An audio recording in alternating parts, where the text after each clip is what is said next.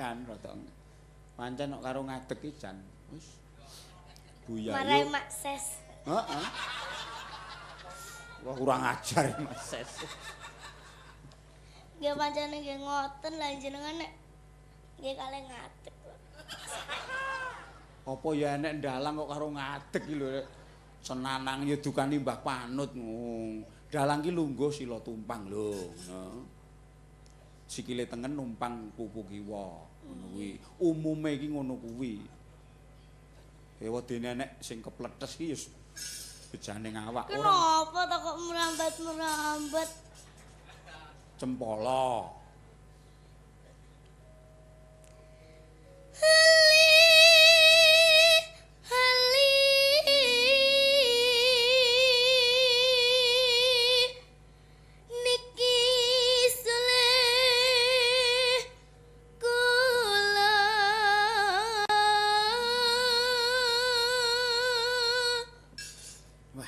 Pancen kejaba flu ya laris kok bocah iki ora tau leren kok, Nduk. Nggih mboten ngoten kejaba flu nggih patuk. Matuk. Lah ning kok nek dikon kok ya mangkat. Nek ngerti mau wis gerok ki mbok ning omah wae turu men mari. Nggih ngoten niku nggih tanggung jawab, Pak. Oh, tanggung jawab. Tanggung jawab apa pengen sangu? Tanggung jawab. Oh, tanggung Lah kula kadung muni nggih kok. Oh, ngono. Dadi awakmu ki nek nyinden ki belas wis ora mikir sangu, duit ngono ora to, Nduk? Nggih mboten nek diparingi nggih purun. Oh, ya pinter sesuwe iki. Ya sengko men diparingi karo Pak Harsono engko. Kok malah ngemesne jenengan. Aja dianggap sepele.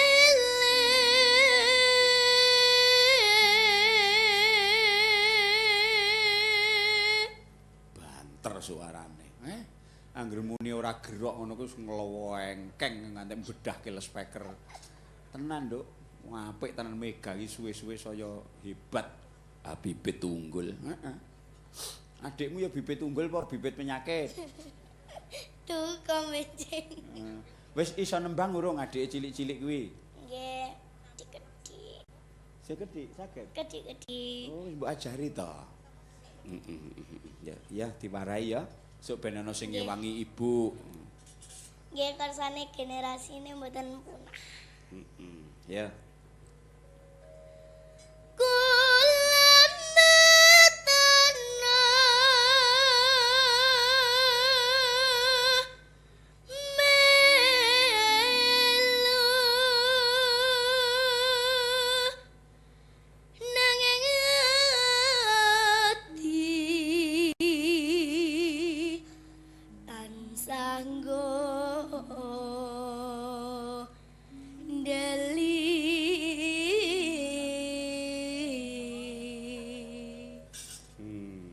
Ora apa-apa, Nduk, ora apa-apa, Nduk. Yen dadi lara gela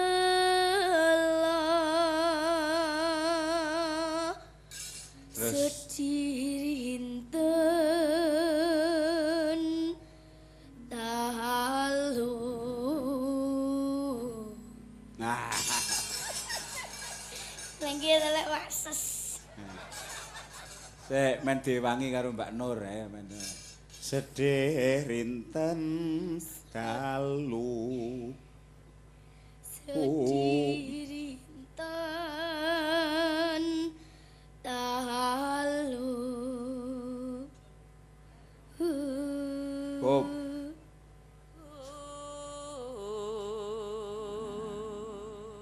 Engko sing 50 kek kono ya. Diwangi kok. Ketoken kewala nganti ati nopo besok bakal bali. Ora usah kok gedhe. Yen bali bejo ngono. Yen bali bejo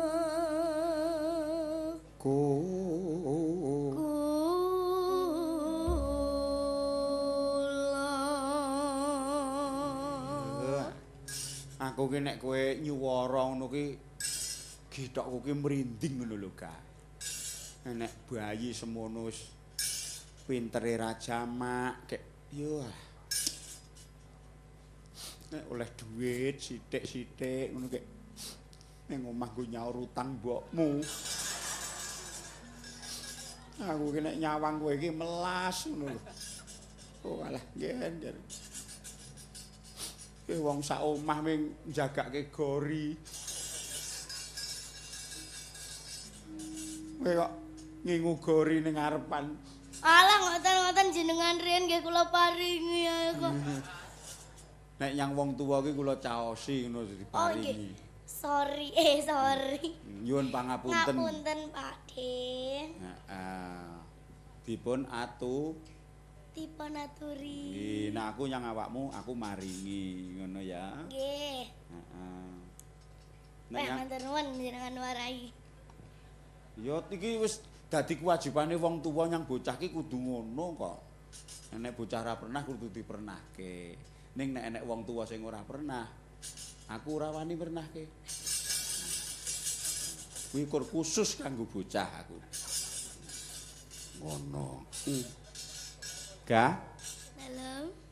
Komentarmu piye mau ngerti kanca-kanca sak barakamu do silat pencak? Nggih, saya sanget. Api-api. Kula nggih pengen jane tapi nggih kelemon awak niki marai ndak iso. Ha kowe mlegendong ngono mangan ae kok. Dadi sinden ki sing sirikan yang panganan. Ora mung mangan ae. Mangan ya sedina ping 3 ning ora usah akeh-akeh, sithik-sithik. Wong wedok kok nek kuokoh yo. Sego nganti kebak. Wis Napa jenengan semerep? ngerti no, pokoke siji kowe, loro Anis, 3 Nur wis padha ae. Buadukane ra.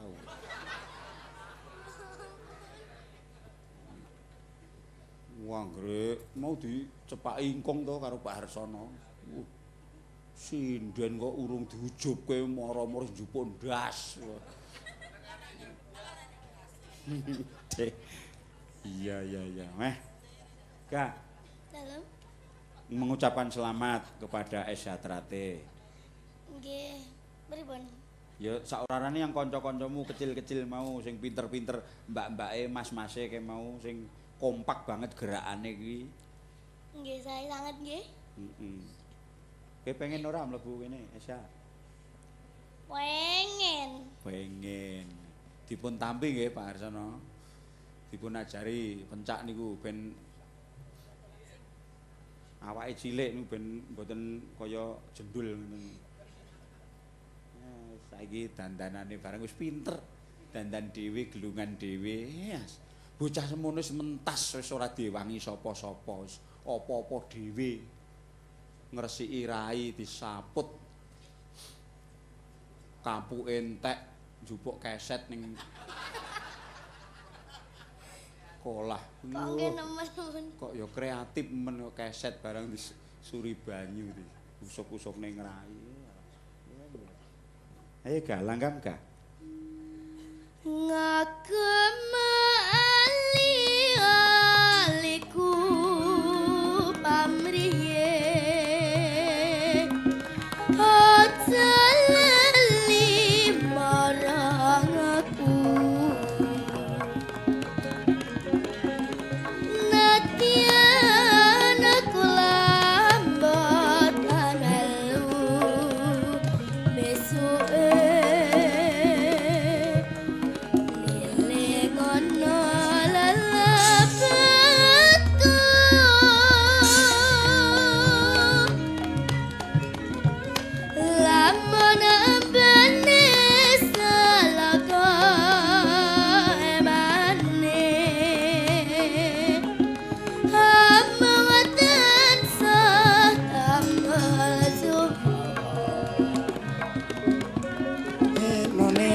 tenan nong hambane kentono amri walah ger samanggiyo rareja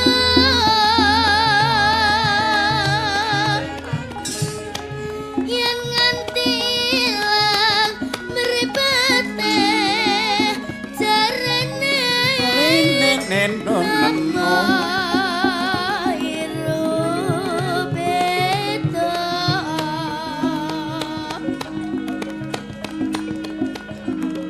yen nganti tinggal seje besuke wes yen takoni isi atiku besuke rasanono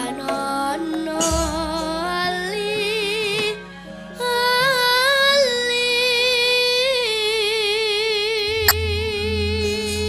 yo seniman Jawa ora kalah hebat iya nadyan televisi saiki isine kaya ngono ning bocah-bocah Jawa sing ngudi marang kabudayane dhewe ora bakal kalah iya tumbuh terus ning endi-endi iya utamane Jawa Timur pancen hebat sinden cilik-cilik akeh dalang cilik-cilik pirang-pirang iya iki nduk pamundhut saka penjenengane Mas Dr. Andes Haji Harsono MM wah Ketua Setia Hati Trate Cabang Nganjuk kepareng-paring dawuh nggih Mbak Cangik nglaras lagon udan Trate kaset ingkang nyarengi rawing para tamu kala wau sonten kok raos sing sanget pramila keparenga ing kalodhangan tasyakuran lan amengeti Hari Kebangkitan Nasional tahun 2012 kula nyuwun malih ananging udan Trate garapanipun para kadang Mayangkara oh nggih kinten kula nggih sami kemawon namung mbok menawi iramanipun ingkang benten kalian lelagon udan Trate menika katur dumateng Kakang Mas Haji Tarmaji Budi Darsono Ketua Umum Setia Hati Trate Pusat Madiun dalah rombongan pengurus pusat kan catur agunging panuwun awit sih katresnan ingkang sampun tumanduk saengga kula dalah para kadang Esha Trate sampun kepareng gegladen kaprawiran lan kautaman ing salebeting persaudaraan Setia Hati Trate mekaten ugi katur para kadang persaudaraan Setia Hati Trate sumarambah para rawuh dalah para pamireng radio FM Suara Jodipati semangga kita sami tansah setunggal sayek open lan ngopeni rasa katresnan dumateng bumi Indonesia ingkang angka kalih tetep jejeg adeg ing kapribadening bangsa Indonesia wondene ingkang angka 3 tetep gumolong gilig amangun masyarakat ingkang tata tentrem kerta raharja adhedhasar falsafah bangsa Pancasila nah matur sembah nuwun Raka Mas Dr. Andes Haji Harsono MM nggih kaya ngapa apa kanca-kanca Mayangkara ya bisa lelagon udan Trate Esha Trate iki dicoba nduk larase pelok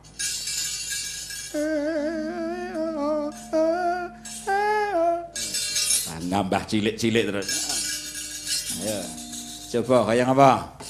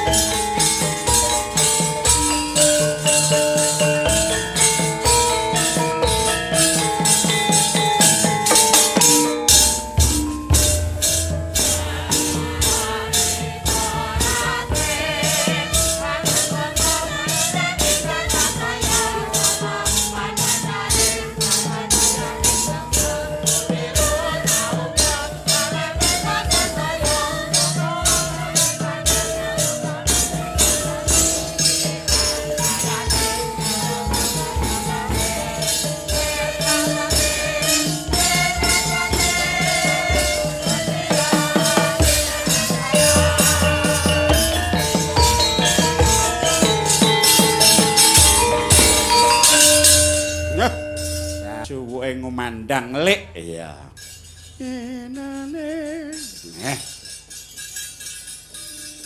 Pandhawa kowe iki ngawur ae.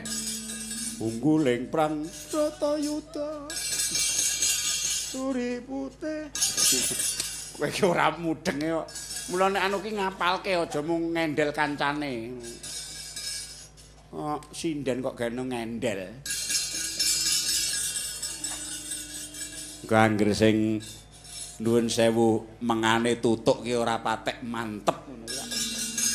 Genah nek ora patek apal. Nek nyoto setia karo es hatrate sinden kudu wani dites.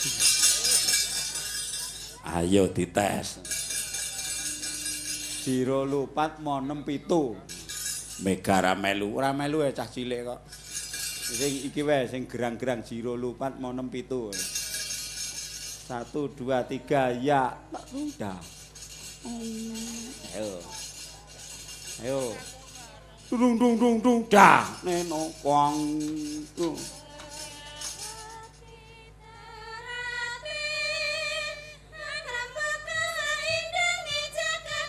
Sik hop.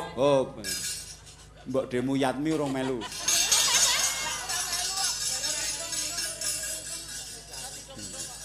Ketoke kancane wis wiwit ngono kaya repot.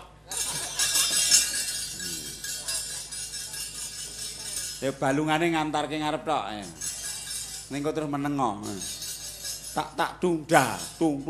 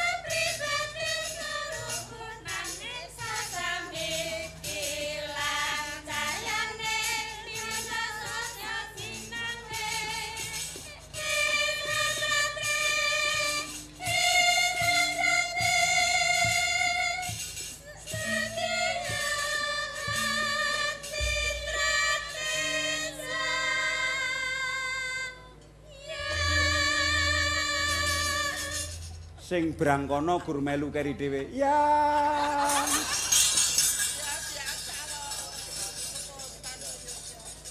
Kok senenge kok mesti sing yang. No, yang. Neng ngendi yang? Ya ora apa-apa. Maringi no tagihan. Iya. Wah. Matur nuwun, apik jane. Diapalke sing tenan. Nggo taun ngarep. Nggo taun ngarep. Lah entek nen. Sak lagon meneh, Nduk. Iya, nggo apa? Kok genti larase. Nek Piyayi Nganjuk ki senenge bangsa sing alus-alusan. Ku nek ora yo Yatmi ki jan ya ora. Timbang mau gur melu keri dhewe. Ya. Ngono wis men nembang dhewe. Sing cara Semarangan ngono. Heeh. Penak ngono. Yo. Ya, monggo. Kowe Bu Yatmi. Semarangan ya. Lah menapa kok bingung lho. Iki mosok arep pelok terus to, Ibu genti. Mbok pelok barang Bu Yatmi. Mboten pelok 6 ning pelok barang. Ya, sore-sore kok. Apa sore wis wengi kok. Oh. Nggo, Mbak. Nggih, sarkara mawon. Nggih. Kok sing ngendang apal? Apal kuwi. Nyopir dhewe iki mesti apal apa-apa.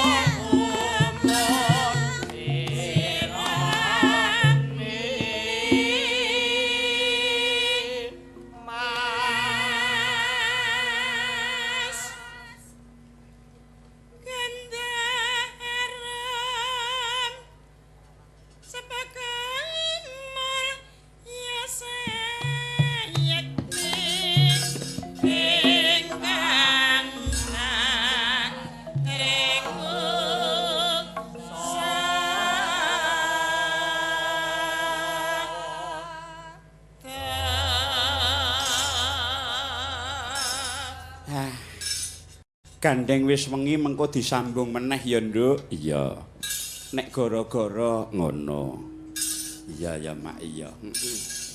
Ayo saiki lumerek wancine wis tetaunan. Iya. Wis bagya mulya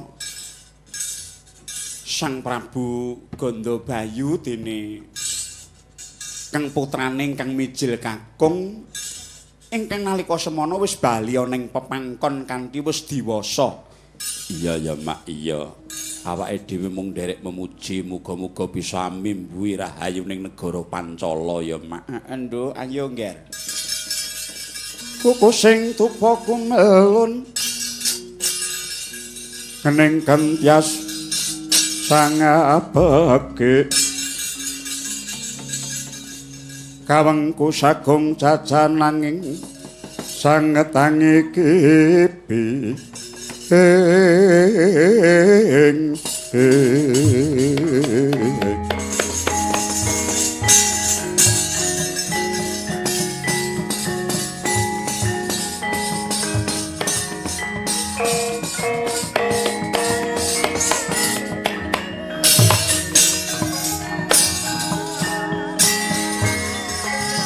kadung malengkung lerek kawersan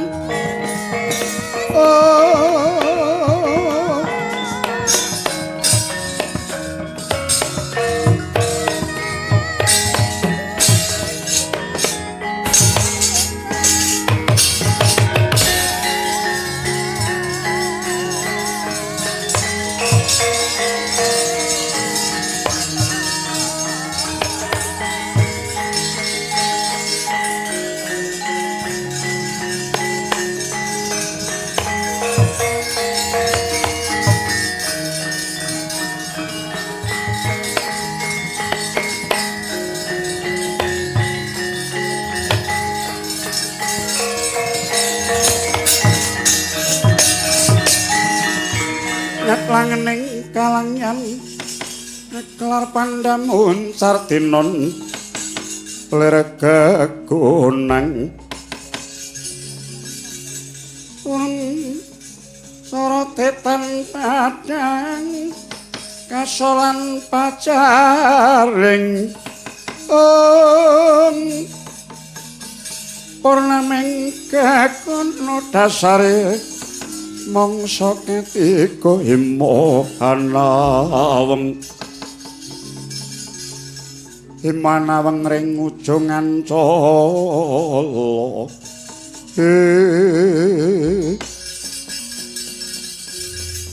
Lunung sewu Kakang Kakang Adipati piye Suman Kula menika gumun salebeting raos kula. Kowe gumun perkara apa? Sang Prabu Abiyasa ing sampun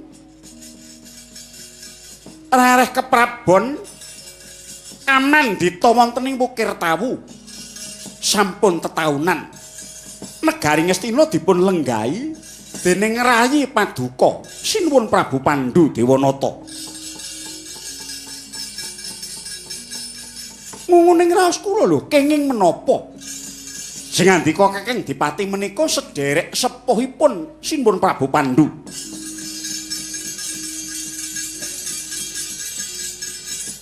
Nanging kenging menapa? Sak komplangipun dampar kepatian awit patih Dumya nderekaken penemban Abiyasa kados cantrikipun Begawan Abiyasa wonten ing Wukir Tawu. Nang semunipun kok Kakang Adipati namung kendelan kewala. Lan kula sampun ate matur dhateng Paduka Kakang Dipati. Mbok inggih wonten srana ingkang katindakaken murih sagedipun Harya Suman nlenggahi dampar kepatian negari Ngastina.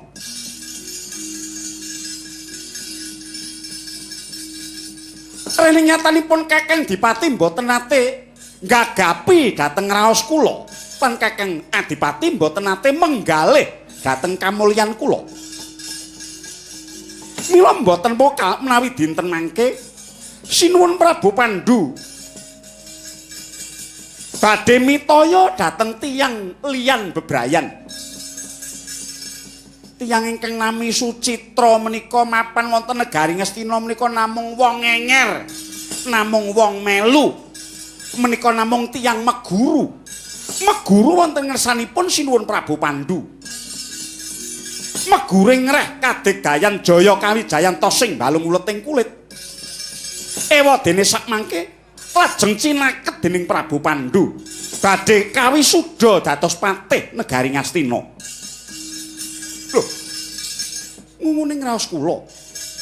Kenging menapa Paduka Kakang Dipati lajeng boten menggalih babakan menika? Menapa Paduka lila menawi kalenggan dampar kepatian menika dhateng tiyang sanes? Suman.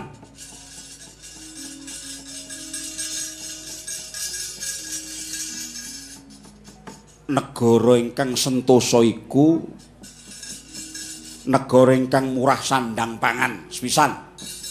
Kaping pindhone yen to ratune jejeg keblate ora menggok saka lakune adil lan bebener. Kaping telune nayaka pangembating praja kena dipercaya. Kaping papate lakuning kukum jejeg pengadilaning negara kena dijagakake yen to tumindake bisa adil ora mban cindhe mban ciladan. Tak kira Yayi Prabu Pandhu luwih permana lan luwih pertitis pamawase nggone nyawang kahanan. Apa to sababe Yayi Prabu Pandhu kok milih wong liya tinimbang dulur dhewe? Kowe ngilowo karo gistrokmu Suman. Kowe kuwi ana negara Ngastina kene iki mung wong katut, wong mong ngenger. Kowe katut mergo mbakyumu Gendari dadi bojoku. Nanging cak-cakamu ning negara Ngastina kene ora kaya wong melu, dudu kaya wong ngawula. Nanging cak-cakamu kaya ndara.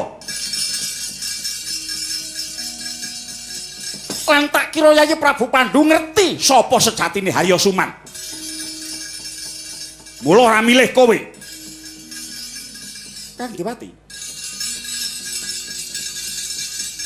Meningaten lajeng menapa ginanipun kula Paduka pasrahi sata Kurawa ingkang boten sekedhik cacahipun. Kurawa putra Paduka ing semanten kathahipun ing benjangipun betahaken kamulyan. Kurawa betahaken derajat pangkat, Kurawa betahaken kawibawan. Menawi kula Paduka dawuh ngemong para sata Kurawa, kula kedah nyepeng pangwaos. Yen Suman boten duweni panguwasa menapa-menapa, Lajeng menapa ingkang kula gegaran mulyakaken putra Paduka Sata Kurawa?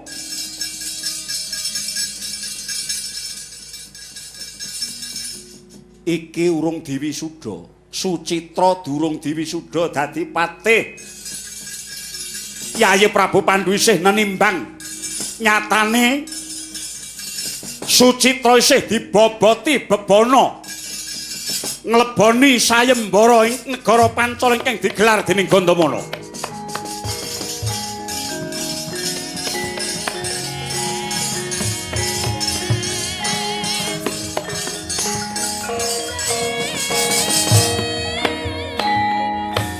Kakang, piye Suman? Bangganipun Sucitra menika sepinten mawi katanding kalian Raden Gandamana. Kula sampun ngertos bilih Raden Gandamana menika sekti kalintang, jayeng palagan, boten tedas tapak paling pandhe sisaning Gurindo. Kinten kula mboten badhe mindha damel Sucitra tertentu badhe rubuh wonten ing payudan. Kowe aja sok ngepal karo wong. Kowe aja sok ngilani dadane wong.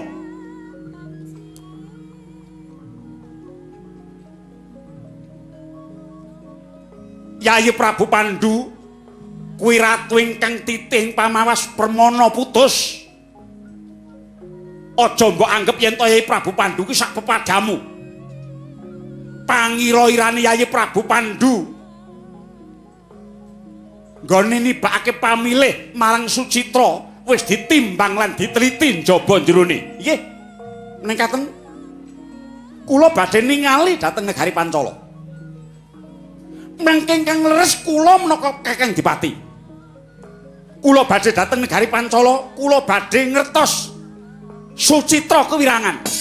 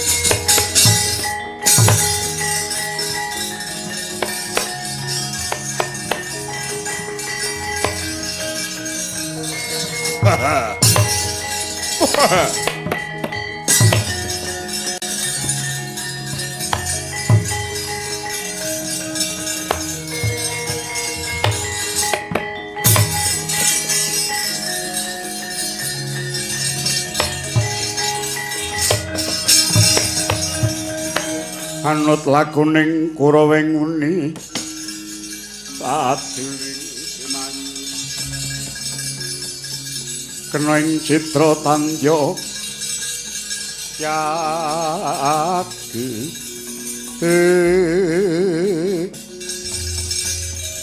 kula cumadeng dawuh paman. Nggih Dursasana cumadeng dawuh paman. Nggih Kartomarma cumadeng dawuh paman. Purwanti Dursasana kabeh wae para Sata Kurawa.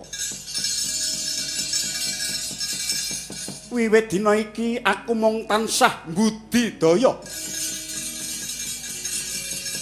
Uripku sak wutuhe tak sramakake kanggo jayaning para Sata Kurawa, kanggo mulyamu sak sedulur. Nggih, kula ngaturaken panuwun. Nggih, kula pitaya, Paman. Nek ora dibudidaya wiwit saiki, banjur besok kapan kowe kabeh padha nemoni kamulyan? Nggih. Kula mboten saged atur piwales menapa-menapa. Saged kula namung nderek keparingipun Paman Harya Suman. Nggih. Lajeng srana menapa ingkang badhe katindakaken Paman? Dina iki tutna lakuku marang negara ing Pancala. Aku kepengin muningani. Lan aku uga bakal ndongak-ndongakake Sucitra rubuh ana ing Blabar Kawat jangan cinencang. yen Sucitra ora dadi patih negara Ngastina. Aku kepengin budidaya supaya kalenggan patih Ngastina ana tangane Haryasuman. Nggih. Sawegakno kabeh para prajurit Kartamarma metu njaba ngestoaken dawuh. Sigra mundur Anggrakyana patih ngawijiku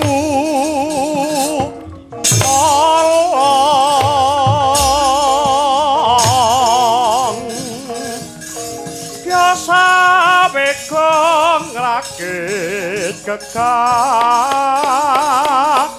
mane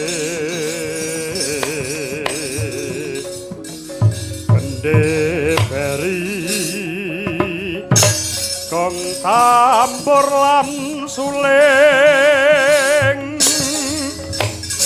sapa topan taruh